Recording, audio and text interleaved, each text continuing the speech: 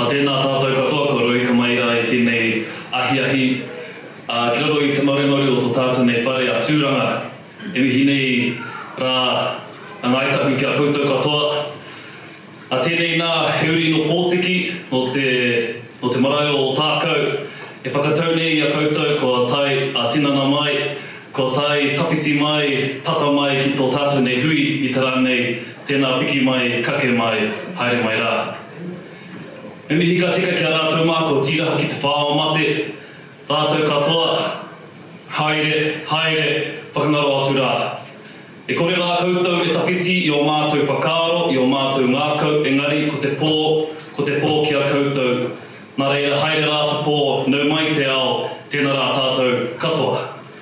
E mihi nei ka tika ki a koutou mā te āpārangi,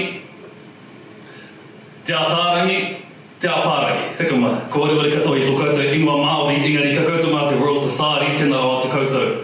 Tēnā koutou kua tuku i te karanga ki a tātou nei kua haere tawhiti rawa atu ki te tiri o te moana. Nā reira, e mihi nei ki a koutou katoa, e mihi nei ki a tātou, e noho mai nei, ko te tumanako, he pō whakahirahira, he pō hātekehi, he pō pai mō tātou katoa. Rei te mea ka pirangi tēnei ki te kōrero mo te pō katoa, he wāhi anō o tērā, engari nau mai, haere mai, whakatau mai rā. Ka whakatūperau i tēnei hui ki te karakia, nā reira, me ino e tātou. Kia tātou katoa, te ata whai o tō tātou āriki a hehu karaiti, me te aroha o te atua, me te whiwhinga tahitanga ki te wairua tapu, mā katoa atu, āmene. Tēnā tātou katoa.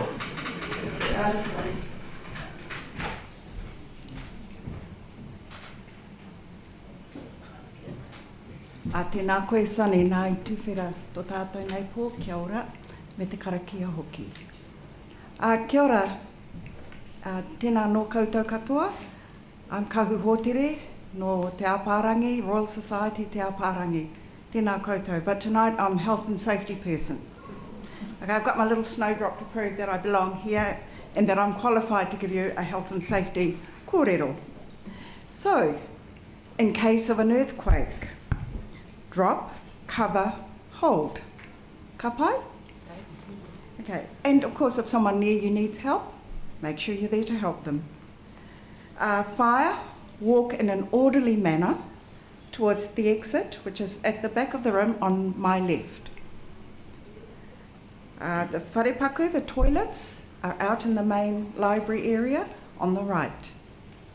And what else? And the assembly area, if we do have to leave the room, is out to the right of my right of this building, but you do have to go through the door. You can't just go out that way, okay? Ka pai? Kia ora. So enjoy our kōrero tonight and have fun, because that's what it's always about. Enjoyment and fun and learning. Kia ora. Kia ora tātou. He mihi nui ki a koe Sonny, ki a koe kahu. It's my great pleasure to be the facilitator for this panel tonight. So, ko sila wehi taku ingoa, he mihi tuatahi ki a ngaitahu me nā hiwi, nā awa, nā moana o tēnei rohe. It's great to be here. I've just come up from Dunedin. So we're here to talk about Antarctica, and I know that you are all going to have a lot of questions. So what we're going to do is first we're going to get our panelists to give a quick impression of their experience and their views and understandings of Antarctica, and then we've got ample time for questions, because I think it's the conversation that we have together that's really going to draw out the things that interest you and that actually create new understandings for all of us. So please, I really welcome your participation. But we're going to start a little bit with the panelists. So just really briefly, I'm going to introduce you. We've got Tony Wee here closest to me, who's not only a policy analyst, but also a writer.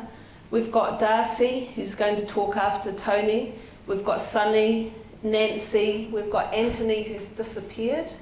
He's over there. And finally Rob. So I'm going to say a little bit more about each of them as we go through.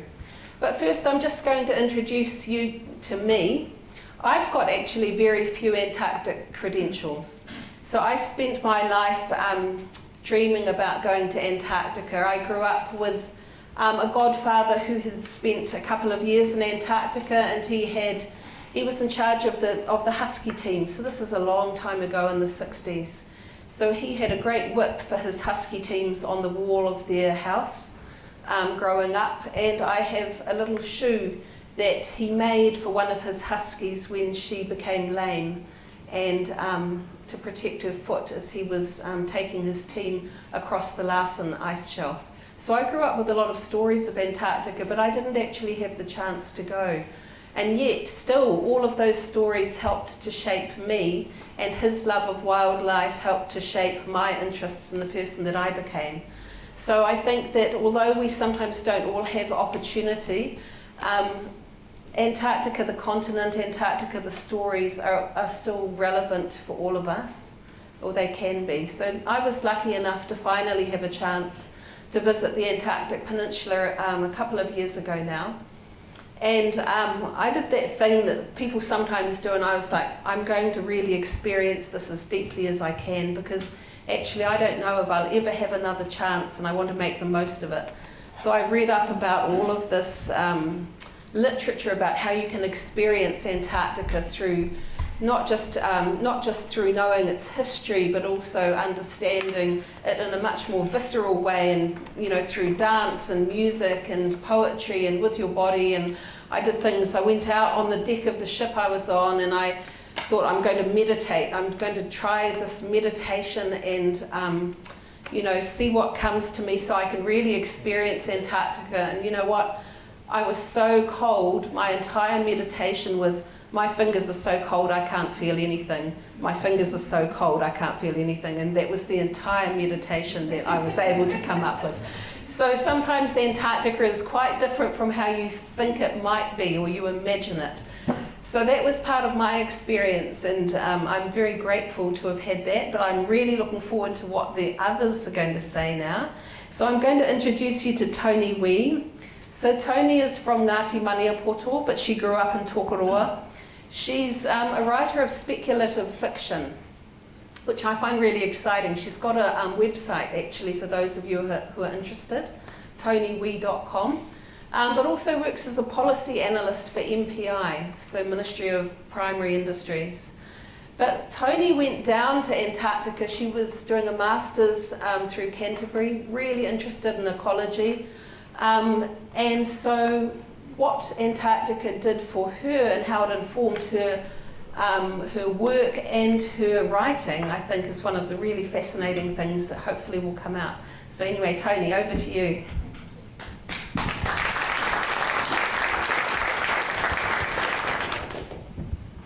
Okay, so I'll push a button and we'll see what happens. Yeah.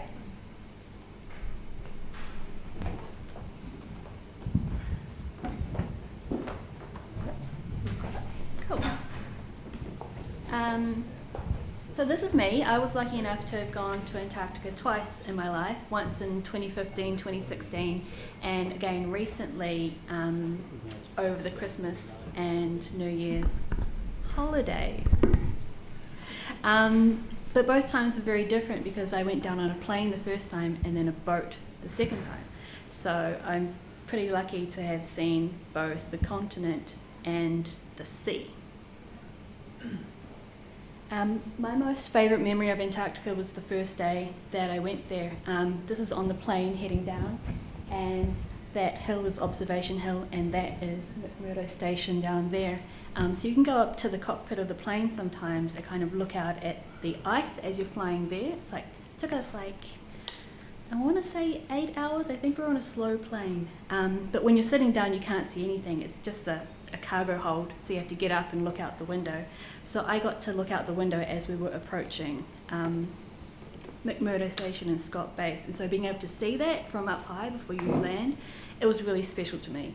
And getting out of the plane on that first day, it was, yeah, I think everyone has the same kind of, oh my God, is this happening moment? And that was made even more special by being able to see it first. The second time I went down, I was on a boat. I don't know if you can see the angle of this, but it's a little bit like that.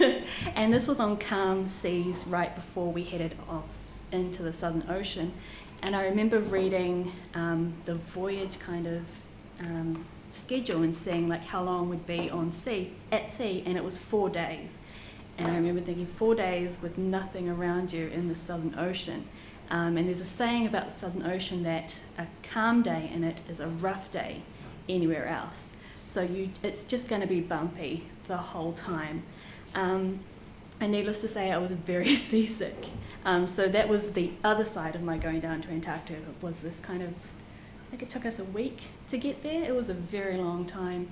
And right on New Year's Eve, it was really bumpy up and down. But you kind of weirdly get used to it because it's repetitive and you lean in and out of the waves. But going down on the ship meant we could see some things that you can't really see from the sky. So hopefully this plays.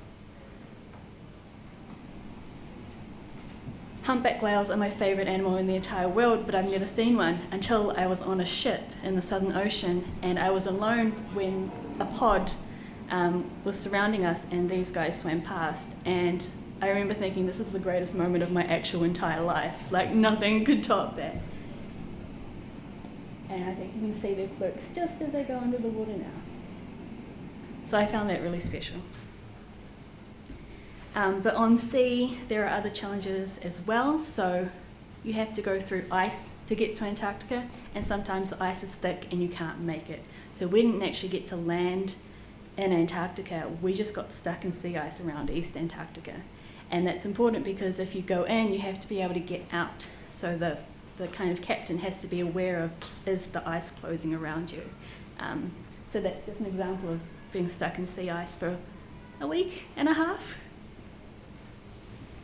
And then this is just a shot of inside of Scott Base. I know you've probably seen lots of pictures of the outside. There's cherry, green buildings and everything, but inside it's like orange. And it's just hallway after hallway after hallway. And I remember thinking, of being really scared of getting an electric shock. It's really dry, and for some reason electricity builds up, and so you have to keep discharging it along metal things. And it's best to do it with your knuckle, because if you do it with the pad of your finger, it'll hurt.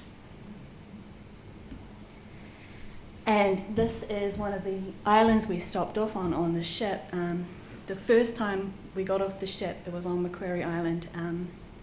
And I remember thinking, this is just like a David Attenborough documentary, but without the voiceover coming down at you. And I sat just up there by maybe that top penguin. You have to stay a distance away. And just looking out at that and thinking, I can't believe, like, look at all these guys. They're just walking around living their best lives. And yeah, it was incredible.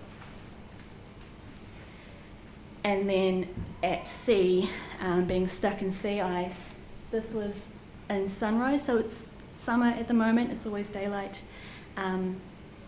But when the sea is calm and the wind is low and you've got these ice floes floating around, it kind of looks like you can see the sea breathing.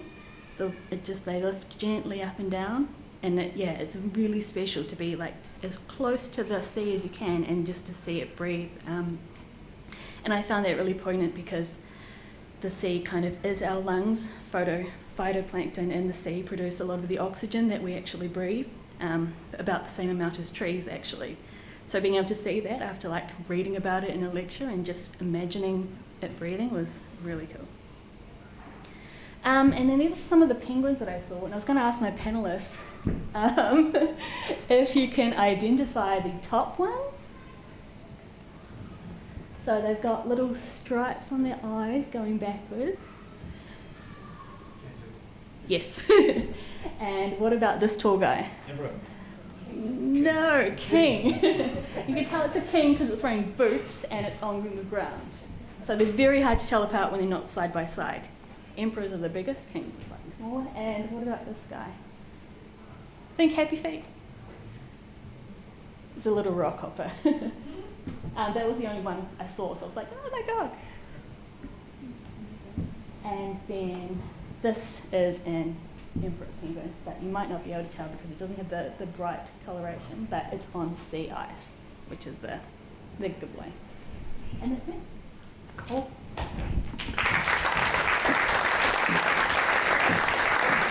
Okay, I know you're going to have some really nice questions for Tony, but we're going to move on really quick. So Darcy Mantiono's up next.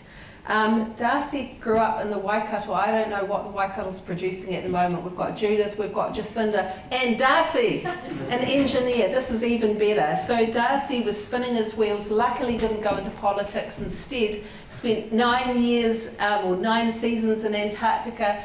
For him, this is what he wrote for me: it's flat, it's cold, it's white, it likes to break equipment, but I know that you're going to give us a scintillating view, so come on, Darcy.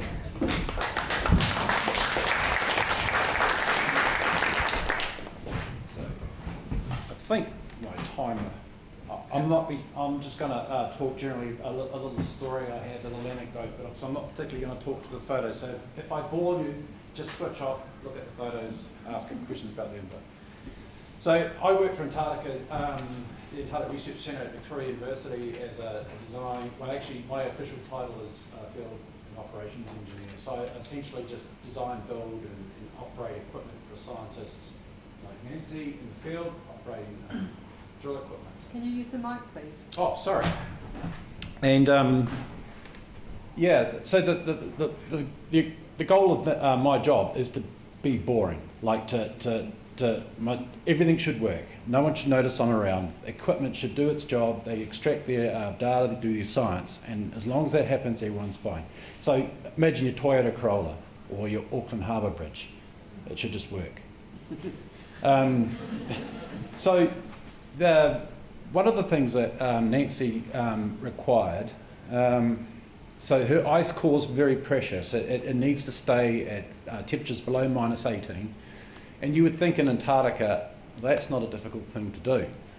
So we took what would be considered boring, mundane, what you'd expect work without any sort of input from me, refrigerator to Antarctica. So why did it's not working? All right, I'll just gently push it down.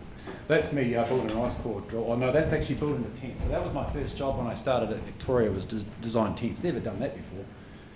Anyway, so Nancy needed this, keep her core cold, and we need to store it for a period of time. She's probably going to talk a bit about this a little later, to let it relax. It's been under ice, it's pressured, and so the bubbles make it brittle. It's got these little bubbles of gas, which is what Nancy's looking at. So then we need to set it aside for 10, 15 days. But we also need to maintain that temperature below -18. And the site we were at this particular time was a little warmer. And in summer, it can hover around about 0 degrees. Sorry, yeah. Okay, you're going to do it? I can be your little elf. Oh, thank you. So we go, well, how do we solve that? Well, we take a refrigerator to Antarctica. So of course, I did a few calculations, see how big does this refrigerator need to be.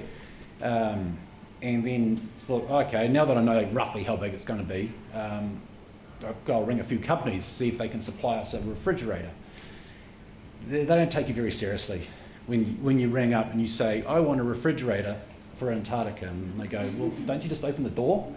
And you go, no, it's not cold enough, especially in summer. So I rang several companies and most of them said either no, because they thought I was nuts, or they said, yeah, we can do it, but it's going to cost you $50,000.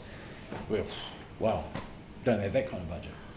So what I did in the end is I rang up the Scott Base engineer, said, oh, so who's the company in Christchurch that you guys use?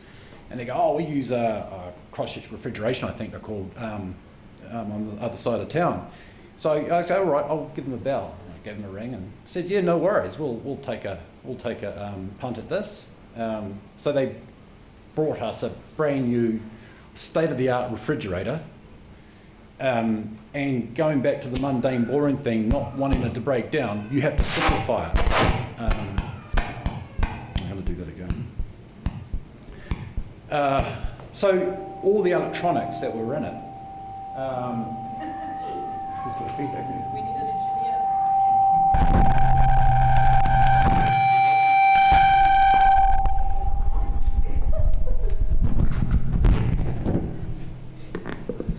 It's just aliens. Yeah. How's it there? I think. All right. See, this is where engineering is supposed to be sitting in the background. You're not supposed to notice stuff. Anyway, they said, yeah, we'll go ahead, we'll build it. And they got the state-of-the-art refrigerator for us, all the electronics, and then ripped all the electronics out and went old school and provided with electromechanical devices, stuff that we can fix in the field, stuff that's more reliable at cold temperatures and can be thrown in the back of a plane and flown 700 kilometres across the Ross Sea Shelf and operate on a little generator. Just so we could keep Nancy's ice core below minus 18, 15 or whatever it was. It was minus 28. Yeah, well that's what we got it to. Yeah, worked better than we expected. And we dug a little cave underneath the ice. It's all right. It's not really. I feel terrible saying this, but you're going to have to talk faster. Yeah, that's all right. Oh, that's us digging a big hole. So we actually the cave came off that for the ice core. Anyway, we plugged this cave, put the refrigerator on the surface, and then ducted it down, and then spent the next 4 weeks nursing this poor refrigerator, operating in conditions it was never designed to work in. Something sort of thing you'd find in a supermarket, keeping your fish fingers cold. Defrosting it. That's just part of what I do. Of course, we're operating this drill system, recovering core as well, to feed this refrigerator while Nancy processes.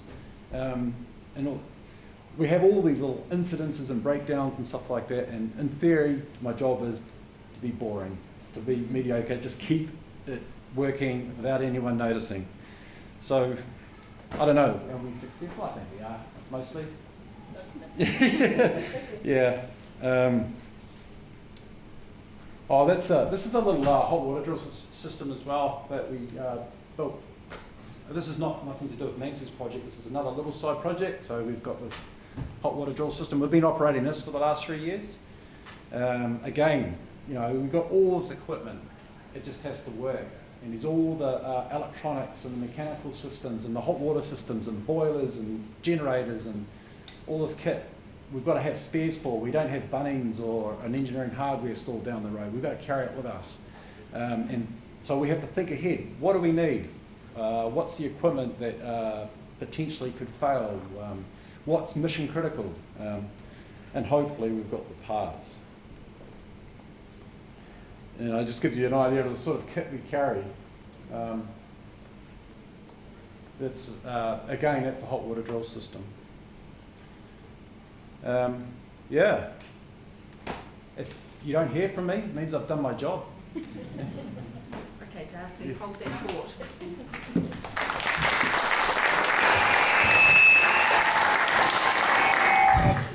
I'm just going to quickly turn that off. So, Darcy will have lots more to say in question time, I feel. But we're going to quickly go on to our next speaker, who is Sonny Ngatai. So we might want to look at some of these a bit later, Darcy, because they're really cool photos. So Sonny was raised in Rotorua, so he's from Te Arawa, and Sonny was going to study medicine and then was just drawn to the dark side of media and science communication and all sorts of other exciting things. So also his love of te reo Māori means that he's able to communicate to a much broader audience than if he was just using English as a medium.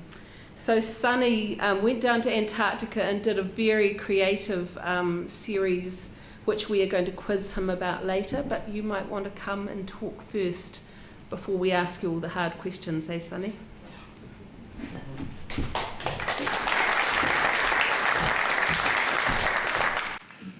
Tēnā tātou katoa. My name is Sonny Ngatai. He uri tēnei no Ngāti Rangi Wewehi, Ngai Te Rangi me Ngai Tahu. I actually never ever thought that I'd ever get to go to Antarctica, so I never really wanted to go. But maybe 3 weeks before I left, I got a phone call saying that Sonny, there's this new TV show, it's going to be called Science on Ice, and then the guy kept talking about it, and I was like, yeah, blah, blah, blah, blah, blah. You know, who cares? Send me an email, and then they said, oh, we need to know really soon if you want to go to, or if you want to do the show, because we're sending you to Antarctica. And I said, hell yeah, brother, and I hanged up and I rang to my boss and I said, I need to get 3 weeks off work because I'm going to Antarctica, and he goes, hell yeah, brother. And so that's how it began, and that's me with the emperor penguins. Yeah, but I didn't know very much about Antarctica. I actually knew that much. That's the biggest amount about Antarctica I knew. And I thought, you know, Antarctica would look like this, that I'd see the Grinch and Elsa hanging out, and maybe the penguins from Madagascar would be there, Olaf, and that I'd see polar bears as well. But obviously, you know, that's a far-fetched. Elsa and the Grinch wouldn't be in the same room together. But what I did know about Antarctica was that the ice melting was bad, that it's really, really cold, and that there's lots of penguins. But after the 14 days that I was very lucky to spend down there, my whole world changed, and that I made a new friend, but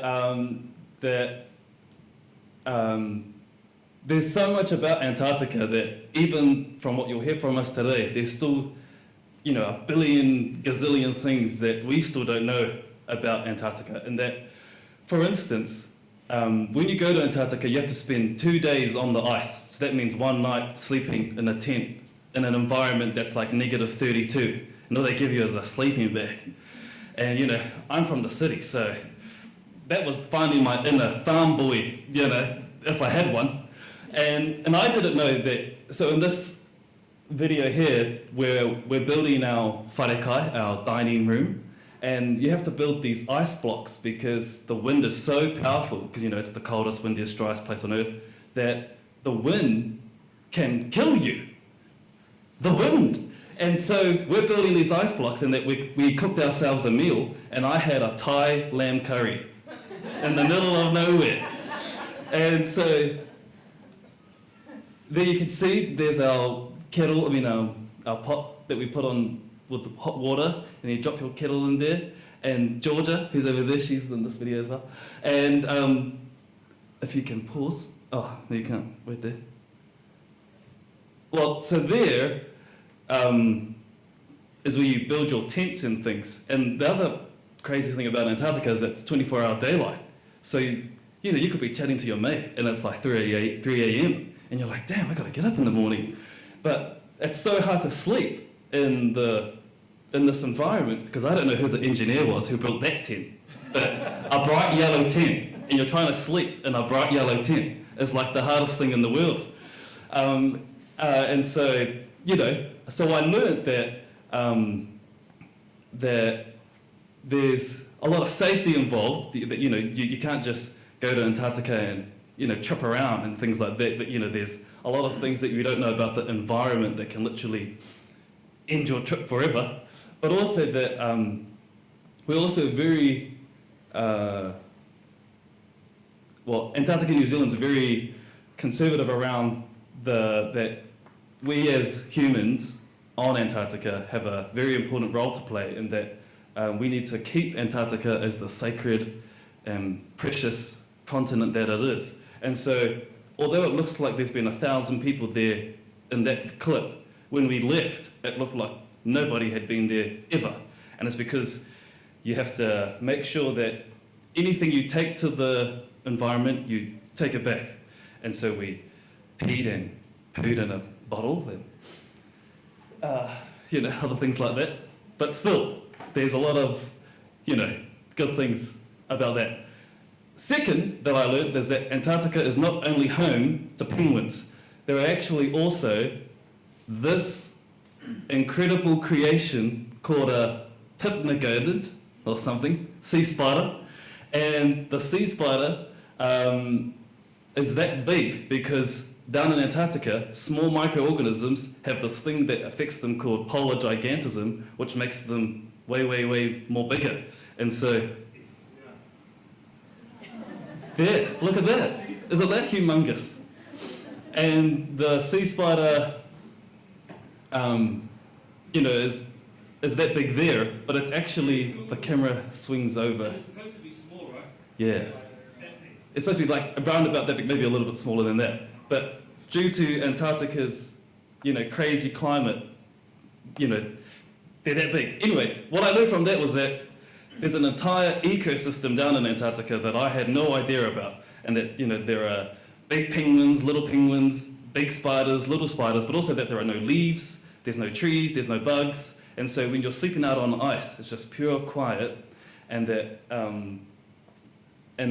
you know, the environment there is super important. Like, for instance, krill in Antarctica. I learned this from a scientist, very, very funny guy. I didn't know how important krill were to, you know, the entire food chain of like if you cancel out krill, bye-bye happy feet, sad feet, you know, like. So, yeah, anyway, the third thing that I learned about Antarctica is that there's also a huge community down there of champion New Zealanders. And I say champion New Zealanders because in these scenes here, we're doing tug of war against the American base. And to give you a perspective, in the New Zealand base, there's only like 80 of us young warriors. But in at the American base, there's 1,500. And our tiny, little, quiet nation of 60 smoked the ambitious, egotistical American McMurdo of 1,500. And what this, you know, kind of gave me an idea was that Antarctica isn't just for scientists or people who want to look at birds all day. It's also for plumbers and chefs and nurses, TV presenters, and that, you know, there's a whole environment down there waiting for all of us to understand more, but also to protect. And so my last advice to everyone is that, you know, Antarctica is a really special place, and I think you all being here today shows that, you know, with your understanding and the incredible mahi that these guys are doing, we'll be able to protect and look after Antarctica for many, many, many, many, many more years. Kia ora tātou.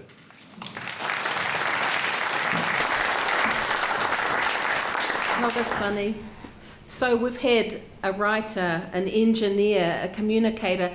Now we get to the real deal. I'm only saying this, I'm super biased because I'm a scientist, so Nancy. Nancy's a glaciologist. She's been leading Antarctic teams down to the ice for 13 seasons, I think. So very experienced. She's based at Vic in the Antarctic Research Centre that they have there, and they're an award-winning centre. So their work is actually internationally valuable in terms of understanding climate in particular. So when we talk about ice cores, I think you're going to talk about ice cores a bit more, we'll understand how that actually is important in informing what we do about climate change. So Nancy was part of a team that won the Prime Minister's Science Prize in 2019 last year. So this is really top-class science. Here's a different take on Antarctica. Welcome, Nancy. Kia ora, Sina. Well, Sonny, that's quite a hard sort of pitch to follow, and no pressure. But yeah, as Silla said, I trained as a scientist. And my science takes me to Antarctica to look at paleoclimate, so climate of the past. And we use these records to verify and test, but ultimately improve the models that predict our future. Antarctica is a really important place for that, because Antarctica is not only a place that nicely sits at the bottom of the world and measures the pulse of the climate of the rest of the globe, but it also really is an important driver of our future climate. It's one of the key mechanisms that will influence our climate. So, as the world is warming, and the ice sheets are retreating, and the oceans are warming, The ocean currents are changing, atmospheric circulation patterns are changing. These changes in Antarctica have global consequences. We do see this as consequences of the sea level around the world rising. We see it as heat budgets across the world changing. These create the fires, the floods, the droughts that we observe here and in many places around the world. But it also determines future generations. We are at a point where we already might have passed the threshold, and if we haven't already done it, we might do so in the next 5 to 10 years, where we commit West Antarctica, so the smaller of the two ice sheets, to collapse, regardless of what we do at that point. So either now, or maybe in 5 year times, our generation will have caused the collapse of the ice sheet. This will go on not just for this century, where it might contribute 1 or 2 meters of sea level to us all, but it will play out over centuries to maybe even millennia. So what we do right now in this time of our lives, will influence generations to come. So Antarctica is really important to all of us. Of course, people in Christchurch have always been very close to Antarctica. Either, when the southerly blast comes through and reminds us that the icy continent is just down the road, or when all these national programs come to the gateway city to access Antarctica. But even now, people that are far further afield, whether it's Paris, Madrid, whether it's Beijing or New Delhi, people start to realize that this icy continent at the bottom of the world will actually determine much of their livelihoods to come.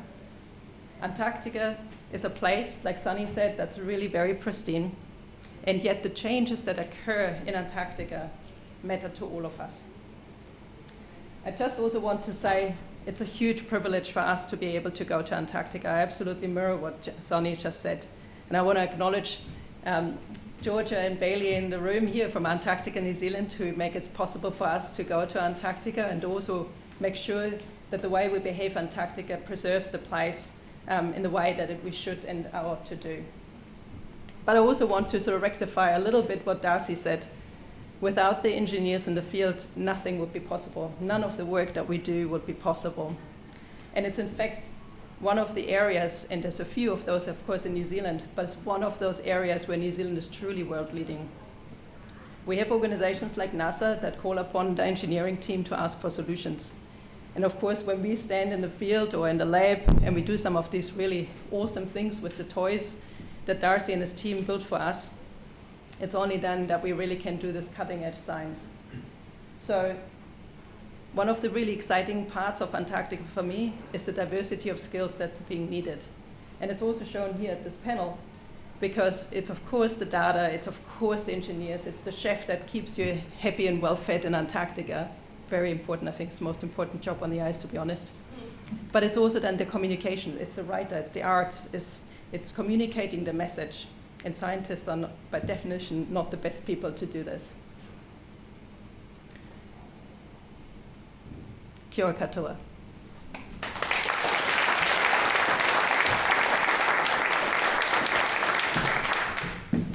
Kia ora, Nancy. And I'd just like to tautoko that kōrero. I think we're incredibly lucky to have a panel here with so many different disciplines. So people who can think, who can build, who can analyse and create. And next up we have another creator. We have a filmmaker, Anthony Powell, who started working in Antarctica in 1998. And you may know him from a film that he made, which was Antarctica, A Year on Ice, which gives a really interesting insight both into community and into Antarctica, the continent. So he's overwintered, which is again something unusual. Not everybody gets to overwinter, and provides a really different perspective, I think, on Antarctica, where it's no longer the 24 hours of daylight. So Anthony's been both to Scott Base, McMurdo, and I think married at McMurdo. So very unusual in that respect, but I won't take up more time. Anthony, welcome you to come and speak.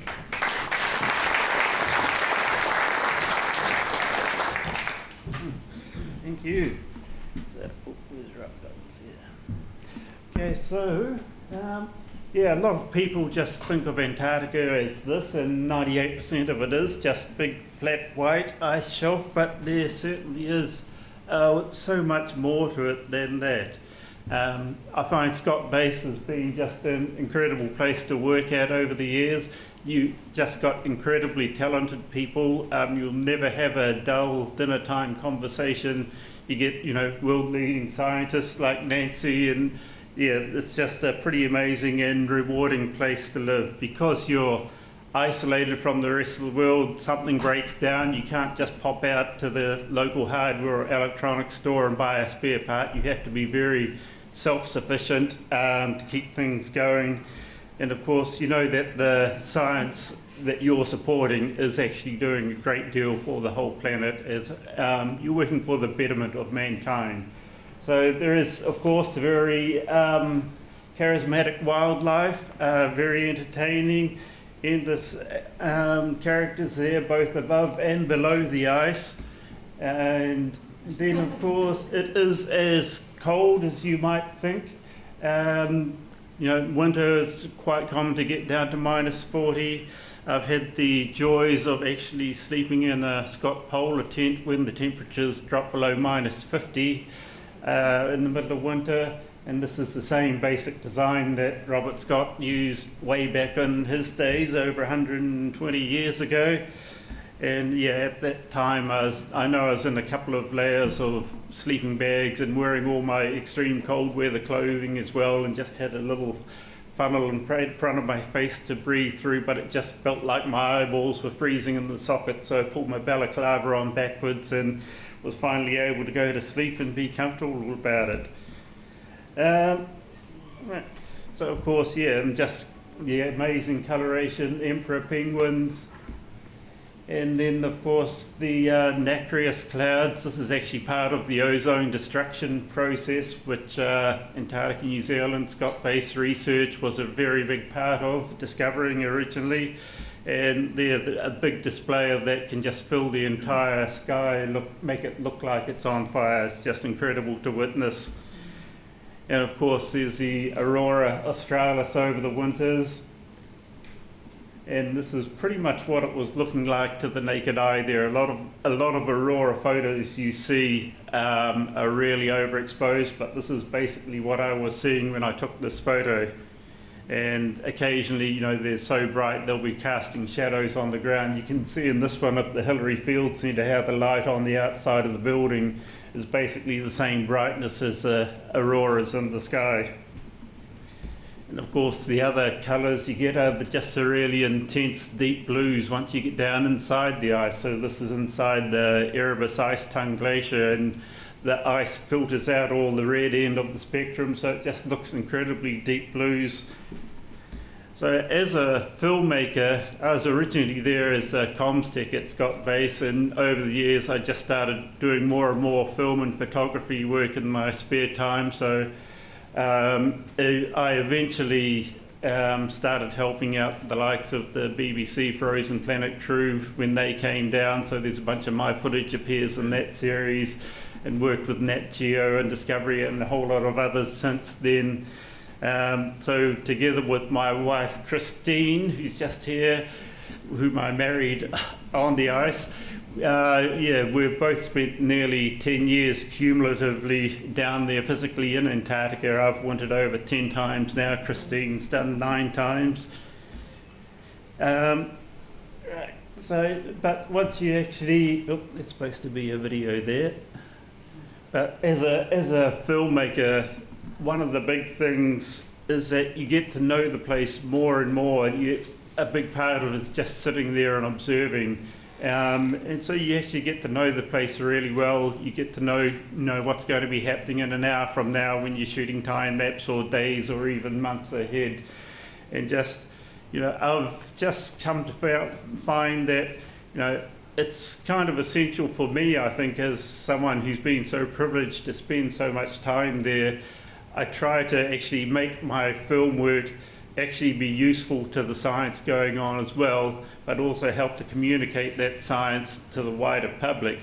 And also, I think that by taking the really pretty photos at the same time, you actually help people care about Antarctica. So I think it's that combination of caring and understanding, and then you'll finally actually get people to take action. So of course, I think people talk about wanting to save the planet, but realistically, the planet will be just fine. It's just ourselves and our future generations we need to save. So thank you very much.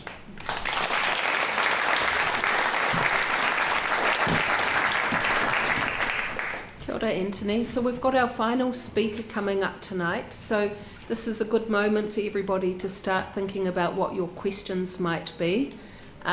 We've got lots of different people to answer questions, so whether you want to ask a science question, a community question, a very pragmatic question, all of those things, we've got all the people here to answer them.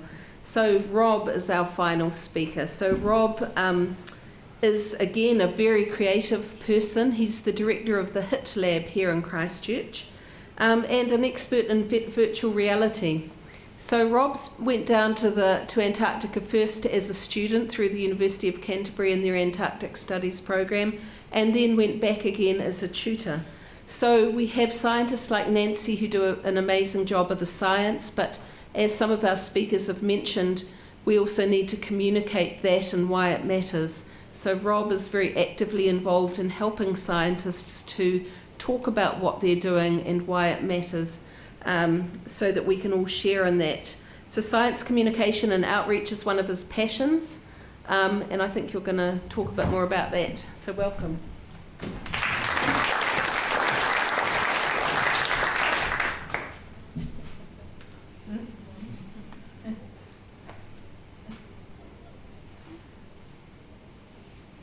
Does anybody else have a pair of Kinkos?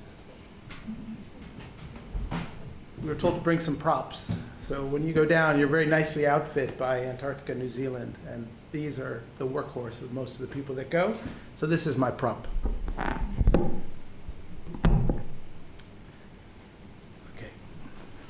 And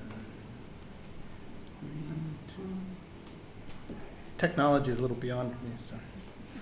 So I'm going to talk about engaging Antarctic research, or engaging Antarctic outreach. So the idea here is a play on words, obviously. I want to talk a little bit about things that a lot of people ask themselves. Why do I get to go to Antarctica? How can I take a seat of somebody? Why do I get them? As people say, we all feel kind of so honored to be able to go. I was a relative Antarctic noob. I've always liked adventure. So these are pictures that I took on the ice. So just as we've seen, what a lot of people like to see are these sorts of things. There's a uniqueness that New Zealand has in terms of its location, its history, and everything. And so I ended up in New Zealand. So that gave me the opportunity to go at some point. Christchurch has a very, very important role to play. And again, because it's a gateway city, because the university has a Gateway Antarctica research center, all of these kind of came together to get Rob to the ice, which is what we should all be saying, is get Rob to the ice. So the uniqueness that UC provides, again, can't be underscored enough. The PCAS program, or the GCAS program that's been running, is unique around the world. It includes field work in Antarctica, and that's very, very special, and helps to create both ambassadors about Antarctica, but also the next generation of scientists about to do the important research. So PCAS has a very interesting approach, is that you learn heaps. So when you went, you didn't know anything about Antarctica, which is how we all felt, I think, when we first started. But these types of programs teach you so much about so much. And so you learn from all different kinds of scientists, social people looking at the global politics. How is it governed? Who owns Antarctica? That's a really interesting question. And you learn about its place in the ecology of the world, obviously. We did lots of science when we were down there. We were digging snow pits to measure the ice. So every meter of ice that you dig is about a year of ice. So you go down 3 meters and you can then gather data for a year. Every 10 centimeters you take a reading, a bunch of different kinds of samples, and then and you collect this data over time. And this is done every year when the students go down. All of this is done in groups, and it just heaps of groups work. And then the bonding that happens down there, I think we all would say as well that everything just gets better with the other people that you're with. So my main focus, though, as a virtual reality person, so as a computer scientist, is to help the scientists that are being cultivated to become also good communicators. So PCAST does a great job in creating really, really effective scientists. And some scientists are good communicators and others need some help. So my role was really to try and help the students to not only learn to present their science, but to do so effectively. I was able to attract a PhD student to help me with this. So I'm going to, hopefully, this should be a video too, but maybe it didn't carry over. Nope. So this is, again, inside the glacier ice tongue that we were able to go into this season. And we captured a whole bunch of video. This is an unwrapped 360, a still from a 360 shot. This is one of our field guides talking to us at the base of Erebus, talking to this place called Room with a View, and we're all standing around listening to him talk, and he's got the 360 camera, so imagine him having a one-on-one conversation with you. So the idea is you put on one of these virtual reality headsets and you can look around, and then Chris Long is talking directly to you. And this is the kind of passion that we're trying to put in a bottle and to allow other people to access it when you can't go on the ice. This is at Hut Point. This is John Tyler talking to us about what happened at Hut Point, again, just really interesting. This is inside the tent. What does it look like inside these yellow tents? This is what it looks like inside the yellow tent.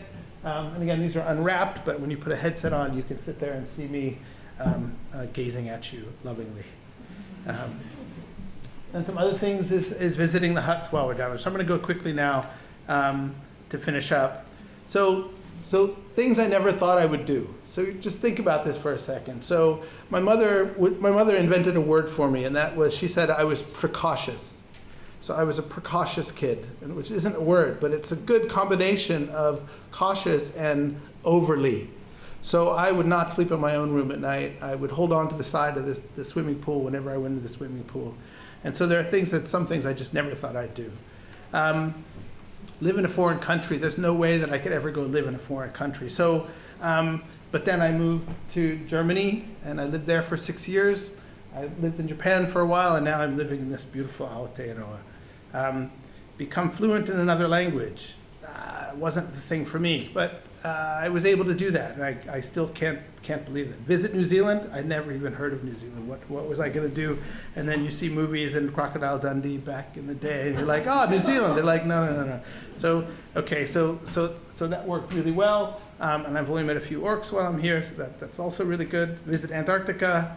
I got to go twice. Again, I feel totally honored to be able to go as a student and then as a tutor, and that's only twice for now. Maybe I'll get to go again. Living the dream, kind of living the dream all the time. Everybody should be living the dream. I always wanted to be an astronaut. So the big secret is my goal was to go into space. Having been born in America in the space age, I wanted to go into space. I tried for 10 years. I applied to NASA. Just applying to NASA feels really good. It never quite happened, and then I decided maybe I'd go be an academic instead, and I started a family, and then that was kind of out. So for me, being able to go to Antarctica was kind of like the next thing besides space. And then somebody told me it's actually harder to get back from Antarctica than it is to get back from space. So if something happens, you're just screwed.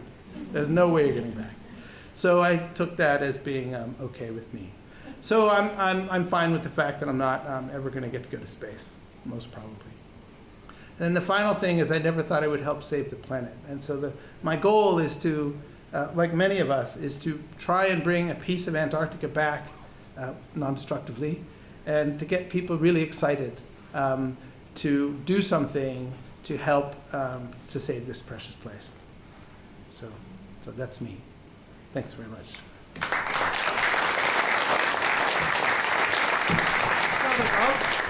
Okay, so while the rest of you are thinking about what your questions could possibly be, we have some students who have questions. And I think what we're going to do is, would you like to come up to the stage? Is that going to work? That would be fantastic.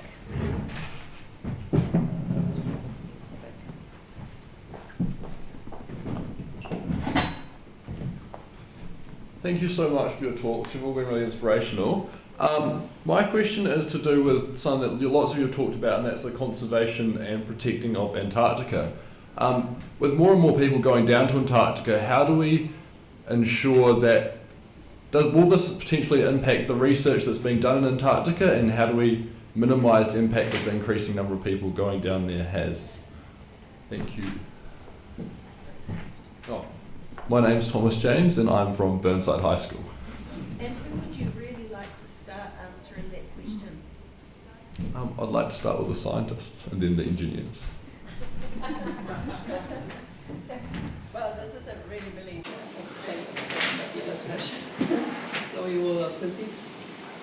Thanks for that question. It's a really important one, and one that we ask ourselves as well. Much closer. Okay. So it's something, before we go to Antarctica, we have to make a case why this work has to happen in Antarctica. And it's for some reason because it's expensive and difficult to do, but the most important reason is really that if the work doesn't have to be in Antarctica, you shouldn't go. Antarctica needs to be preserved, it needs to be pristine and clean, and we need to do everything we can. So Antarctica, New Zealand, like all the other nations, have really rigorous assessments. And depending on the size of the project, maybe not only your own country, but a range of countries under the treaty will assess the impact of your project and decide whether you have done everything you can, and to a level that's satisfactory, to protect the environment, and only then are you allowed to go. But like Sonny said, it's really important for us that we leave the place no worse off than we found it, and if we can, even better. And so we take everything that we have out of the field, we try to minimize our carbon footprint where we can, and we really think very hard whether we have a right to do this work, whether the reason for the work outweighs us going. But thanks for the question. Thank you.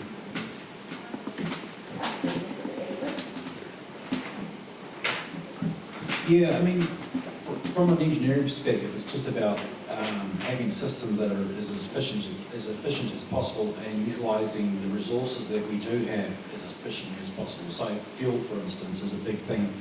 It's, not only is fuel an impact in terms of carbon, but just transporting it down there is a big deal. So when we're designing equipment, we always take fuel into account. If there's any particular materials that we need to use, that's all. It's all. We have an environmental impact assessment. That's what we do. That's right. So, and all of those materials that we use, everything, right down to oils and coolant you use in an engine, all of that stuff has to be recorded. Any of that stuff, we have containment, so we've got bundling for tanks and stuff like double skin tanks. It's all about managing that risk and ensuring that any impact we have is absolutely the bare minimum. And when we do have an accident, spill, something like that, all that material is recovered and dealt with and processed appropriately. Thank you so much.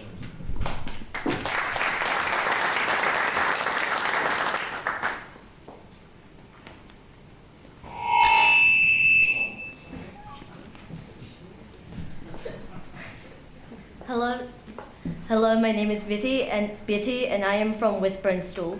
My question is, have you always thought Antarctica as an important continent, or was it just a useless large block of ice floating on the face of this earth? I would like to ask the people that thought they would never be able to go to Antarctica.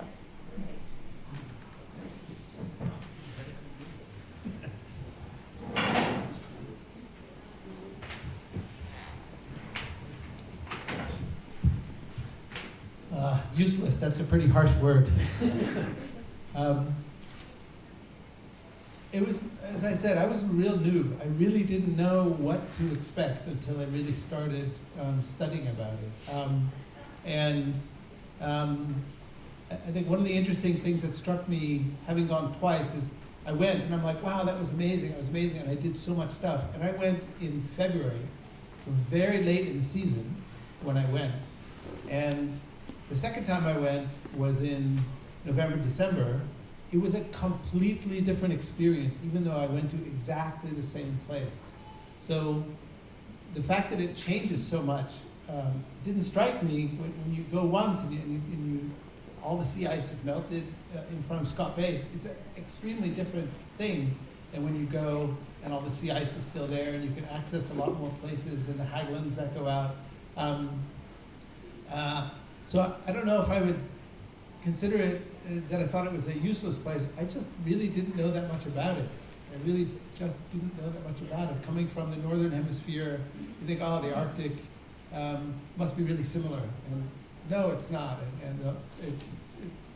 There's so many differences, but I think some of it comes from being so far away, and some of it is just, I was focused on space.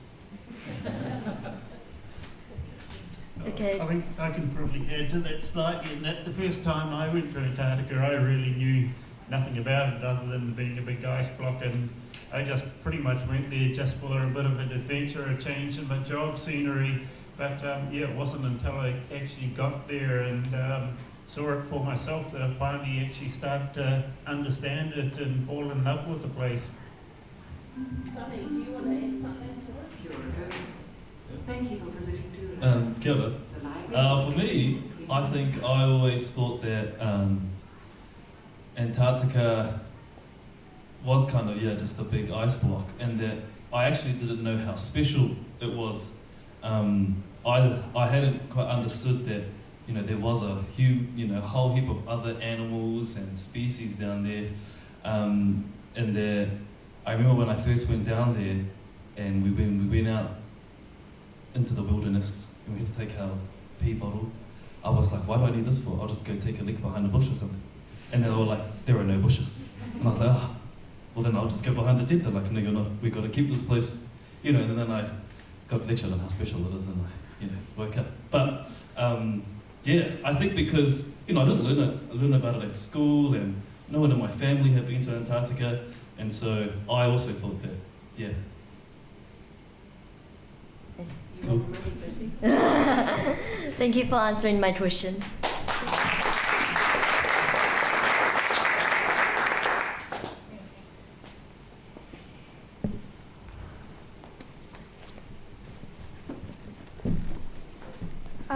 I'm Hannah and I'm from Seven Oaks.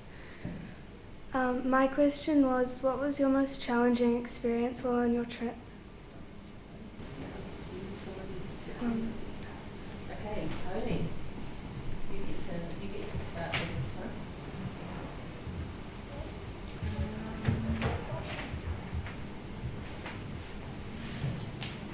Well, I've talked about seasickness. That was probably the biggest, and that hit me before we even got to the submersion. It was in Kōrero Strait. So that was the big one, and the second one on the boat. I think for the first one, because I went down for PCAS as well, and you do have to camp for 7 days. I think it's 7 days, maybe it's 6, something like that. It's about a week, and you're away from base, and you're away from a shower, and it's so dry and cold that your skin just gets really kind of dry and brittle. So that was something I hadn't expected, and no one really told me to prepare for literal dry skin, dry itchy skin. So maybe just some warning beforehand of actually this is what it's like to camp on a dry ice shelf for a week without a shower. You have to moisturize a lot. But it was problematic. Okay, someone else wanted to talk about a challenge. Darcy, you were talking about how you set some generators on fire. Is that challenging? It was exciting. There's a mechanical challenges, and machinery is definitely challenging down there. But actually the biggest challenge is humans, and this human here, facing your own frailty and how you interact with other people, and how when you're in a field camp for 4 months and you have to get along to get the project done, you can't turn yourself off at the end of the day, go away, do some yoga or sit in a hot tub or something like that. You know, you've got to deal with those folk around you, and that's to me the biggest challenge. You know, to be a kinder person. Turns out that's another Waikato thing. And actually just acknowledging that you are, you know, you're a human, and you are gonna sometimes be a bit of a dick, and get along. Hey, Nancy.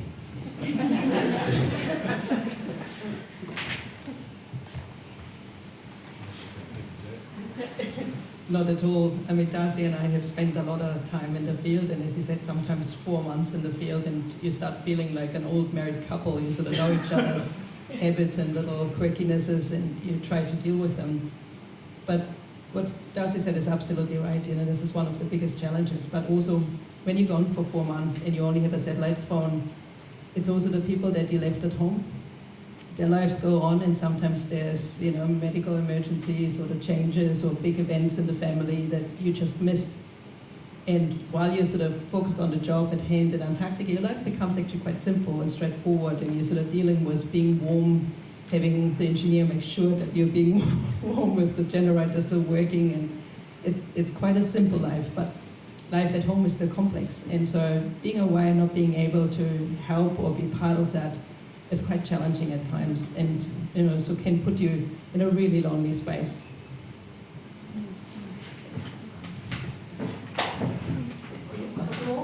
Sorry. Everyone loves your questions. So some of it is a mixture of adrenaline and lack of sleep. So when you go in the summer, the sun never sets, and so you're like, I'm in Antarctica, I gotta go do stuff. So you don't want to lay down in your tent and go to sleep. You just want to stay up and do stuff. And I know the first time I went as a student, we all had problems just going to sleep because it was just too exciting. And so that brought us to the other thing, which is you really have to look after each other. So it's the same thing as if you see somebody who's starting to get frostnip, or somebody who had to make sure you're drinking, it says on the water bottle, hydrate or die, or they mean hydrate or die. We had one person pass out.